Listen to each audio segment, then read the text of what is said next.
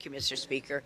Mr. Speaker, following the Castro playbook, Evo Morales has taken systematic steps to curtail the basic rights of the people of Bolivia and solidify his legacy to maintain his evil grip on power.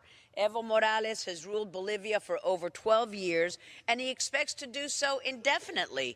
2 years ago, he imposed a constitutional referendum to eliminate presidential term limits so that he could run for yet another term, his fourth term, in 2019.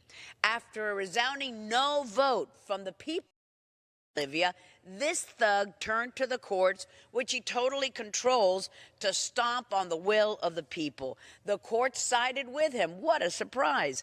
And went as far as declaring that Morales' indefinite re-election is a human right.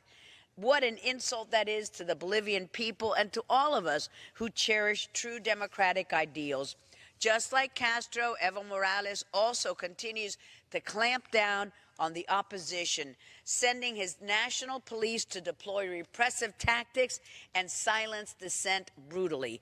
Just last month, his henchmen killed a young student from public university in the city of El Alto, where students peacefully were protesting, calling for additional resources for their college. The latest State Department of Human Rights report states that Morales' power over the judicial system, the denial of fair and timely public trials, and prosecution of political opponents are at the top of his human rights abuses, his greatest hits.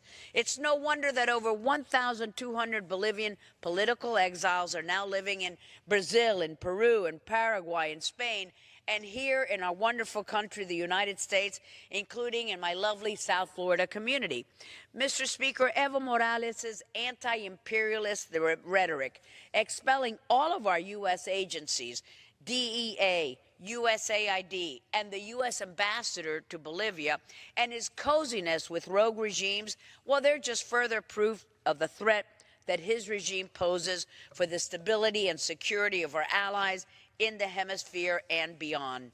Using Bolivia's status as a non-permanent member at the United Nations Security Council, Morales has sided with Syria and its abysmal human rights record, undermined our ally, the Democratic State of Israel, and consistently attacked the United States and our efforts to uphold and promote the values of freedom of democracy in the region and around the world.